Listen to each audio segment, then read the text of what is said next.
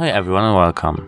In front of me is Sony SRSXB13 speaker, and today I will show you how to download their Sony support app. Let's get started.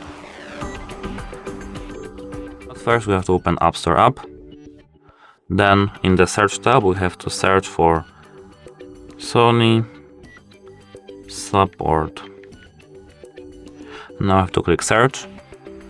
And as you can see, support by Sony, find support. We have to click download and wait a moment.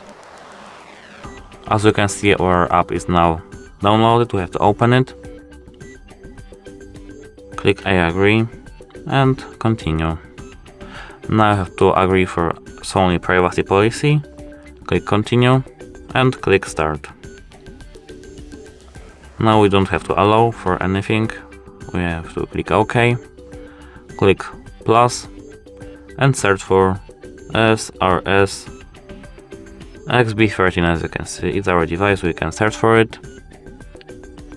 And now we can find Sony XB13 speaker with all of its topics.